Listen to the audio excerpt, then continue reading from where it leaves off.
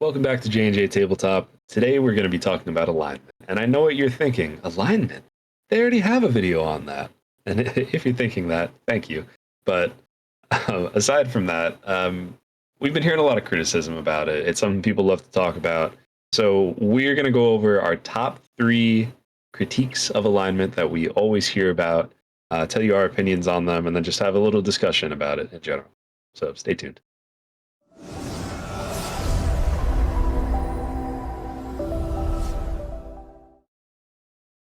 I feel like we're constantly having this conversation about alignment, whether it's on Twitter posts or X.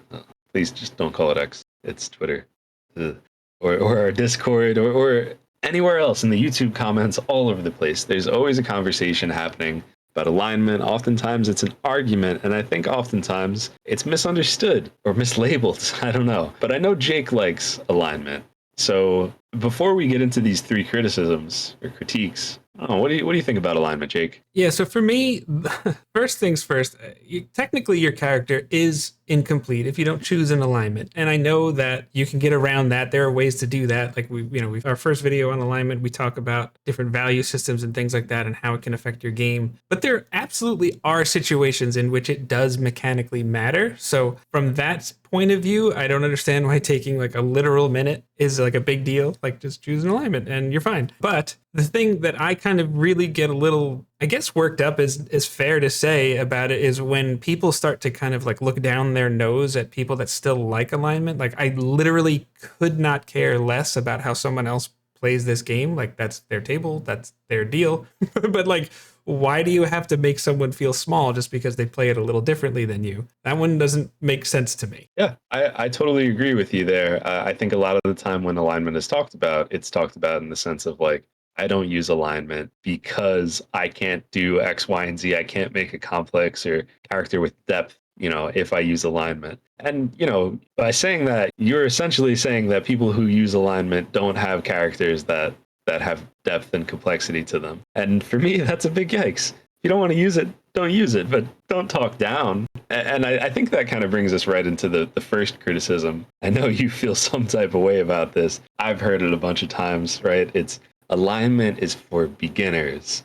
It's even like training wheel. Once Josh, you grow up, you don't have to use them anymore. You'll actually learn learn a real bike. Yeah. Oh no. Yeah. I think that is a hot trash take. I know that there are very popular and very accomplished people. We'll just say, kind of leave it at that will say this criticism. And to me, it just comes off as lazy. Like it comes off as someone I think that really, at least to me, it comes off as someone that really just wants to sound superior. They want to be cool. They want to have that flashy YouTube video or clip that they could throw on their TikTok. Like it doesn't make sense to me. And frankly, get over yourself. Like it just because like you're not more advanced because you have a different process than someone else does when they're making a character. Like there's 100 different ways you can make a great character. Why do you have to make someone feel small? I'll just come back to that. Why do you have to make someone feel small just because their process is different? It's a hot trash take, Josh. I don't like it. I totally agree with you. I mean, I've said it before. Alignment is usually I'll say usually. It's often an afterthought for me, and I'll have a lot of my ideas for the character and their worldview down before I choose one. I still choose one, and it's not training wheels that I've decided to pick an alignment, Yep. Yeah, and I've made characters where I've thought of the alignment ahead of time, and I've made characters where I've thought of the personality and then the alignment later, or sometimes with a cleric or a paladin, it matters a little bit more, and maybe we'll get into that a little bit later in the video, but like, it's for beginners, for training wheels, like, it's ridiculous. I agree. And I think it's kind of funny because that kind of brings us right into the next one. They kind of go hand in hand where you have people saying alignment is just too restrictive. Don't put me into a box. Don't say I have to be lawful good or whatever or anything like that. I don't want to be kept down by your alignment. Yeah, you're chaotic neutral. If that's the case, just choose that. Like, that's the box you fit in. Sorry. Sorry to be the bearer of bad news. I find that criticism often comes from people that have had some kind of like a bad experience at the table, right? Like some other player was just like, you said your character is lawful good, so you can't, execute a prisoner or whatever, just like, well, the prisoner literally was about to murder an entire village and had no other way of stopping it. Like, like there could be 100 different reasons why a decision is made. And you can watch our Reddit video because there's a good example about that where we talk about Reddit questions where the dungeon master actually changed someone's alignment and they felt attached to it. That's another topic altogether. But first off, if it's not your character and it's not the DM, mind your own business and enjoy the show. Like, it's really doesn't involve you. So pump the brakes on that. That's really, it's not okay. And then second, like if you're the DM and then someone at your table seems to be using their character in ways that you find unexpected, that's time for a discussion. That's not time for a fight. And it definitely can be a discussion that can be one-on-one via text, whatever it is. Like, it doesn't have to be this big drawn out thing. Just say, hey, what's going on? It seemed like this was the case. Did I misunderstand you? Do you not understand alignment? Like, well, it's just talk. I mean, how many times in our videos we're just constantly encouraging people to talk to each other? They're like a therapist, Jake. I do have a degree in psychology. Just advocating for better communication out here. That's all. That's all we do. Yeah. The other thing that I kind of wonder about too is like, I think some people think like, this is your alignment, boom, case closed, that's it. This is your bowling and you set your bumpers up. This is the lane you have to, this is the accepted lane you must live in. And alignment can be a very fluid thing, especially if you misunderstood it or characters grow and change. I mean, any number of things can happen to somebody that changes the way they see the world. It's not like this event. I mean, a lot of people have different political values when they're younger versus when they're older, or, religious things. Like there's so many things that alignment can be related to. On the other side of that too is just because you do something that might not be typical of you, right? People are not one-sided, and just because this is your worldview, just because you are lawful good, right? We'll use that as the example. Doesn't mean that you've never broken a law. It doesn't mean you've never sped or never like looked at a situation and said like I can't follow this law. I have to go with my conscience or whatever. Anything like that. You can have alignment and still be a real person with real thoughts and feelings, and I think alignment helps with that. It gives you those moral quandaries of well, this is how I see the world, but I can't do it this time. And that doesn't mean you're changing your alignment. It just means that sometimes things happen and you act out of character.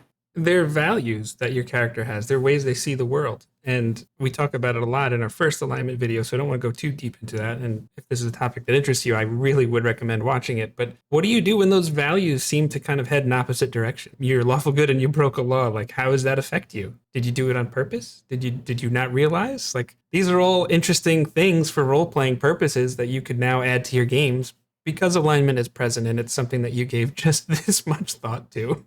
It really doesn't have to be that much. I think it is funny because people look at alignment as restrictive, but your pips, right? Your personality traits, ideals, bonds, flaws, all those lovely things that everybody has been praising for years, and they love them. They are more restrictive than alignment because they're way more specific, and they're still not really restrictive.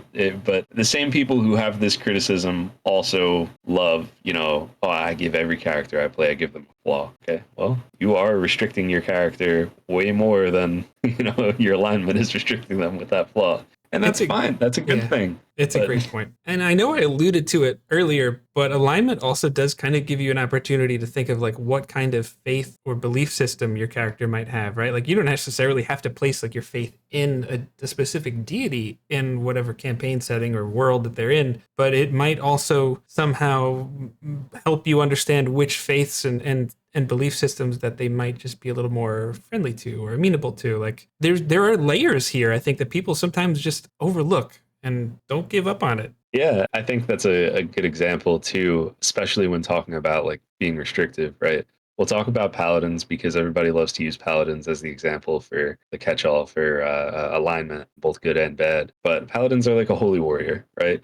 Crusaders were also a holy warrior. We're not talking about whether what they did was good or bad or justified. I don't care to have that conversation on this platform right now. But for all intents and purposes, they're Catholics. What do Catholics have? They have confession. What does that mean? That means that they don't always make choices that are aligned with their alignment. They Nice don't word like, usage there. I yeah. see what you did. I didn't want to do it that way. It's just what it is. I But think you bring up a great point. The conflicts, there's story there. There's depth. There's meaning. yeah, and it's just another example of just how ridiculous of an argument that is. It's not restrictive to have beliefs. Everyone has them. Everyone has them, Whether even they're if you think religious you or don't. not. Yeah, it does. Everyone believes things. I think that's plenty. That's a big one, that middle section. But we are on our third critique now. And this critique is just hilarious because it goes hand in hand with the other two critiques, but it's completely contradictory to them, Jake. Alignment doesn't give you enough. It's just not enough. Yeah. It's too restrictive, it's training wheels, and it's not enough. Like, well, if it's not enough, how does it restrict you? Because a lot of times the same person will mention both. But let's address this criticism alone by itself. As I'm just going to read from the player's handbook. It's on page 122. We'll put a little D&D Beyond link in the description. But it just says a typical creature in the game world has an alignment which broadly describes its moral and personal attitudes. And then at that point, the section continues. It lists brief summaries of the 9 alignments that will describe, and I quote, typical behavior. So as just a quick pit stop back to the last point that we were making, like too restrictive, like where's the definitive language in typical behavior? Brief summary. Like these are the kinds it broadly describes. Like these are this is the English language, folks. It's like I don't know what to say, but that's what it is. But the criticism of it not giving you enough, and Josh, you talked about it a little bit before with pips, your personality, your ideals, your bonds, your flaws. It seems like when people read those, they're much more easily able to attach to, like, I have a mouth that's more foul than an oak yolk's nest, or however you say that. That monster, it's like the sailor. So there's like, I just got to curse all the time. Or like, I always pocket things when I see stuff. So they just literally try and steal everything. Like they're very easy to attach to that. And you alluded to that being much more restrictive, particularly how it tends to play out at the table. But like, why is that looked at as giving you more than somebody that's giving you like a worldview? Like, how does somebody see the world? I kind of just like, what are you expecting it to do? Make your character for you? Like, why are the expectations so out of sync there? I don't know. It doesn't make sense to me. It's funny because those people, they want training wheels. They want their hand held. Ooh. And it is just a complete lack of understanding of what alignment does. Because if you're looking at alignment, and you gave the chaotic neutral example before, right? You don't want to be put in a box. You value your freedom. Chaotic good, you're going to do the right thing, but it gives you, if you really think about it, it gives you a way to look at the world. That's what a worldview does. That's exactly what we've been saying, but I guess some people need it spelled out. Think about a situation, think about lawful good. Well, typically, this is probably what they would do. They would follow that rule. They would do, it's a guideline that can help you shape how you make all of your decisions if you need it to. Well said. And I just think it is kind of that fill in the blank moment too. Like you're not entirely sure exactly, like, I don't really know how my character would react to this. I didn't fully flesh out their background because they're not a real person.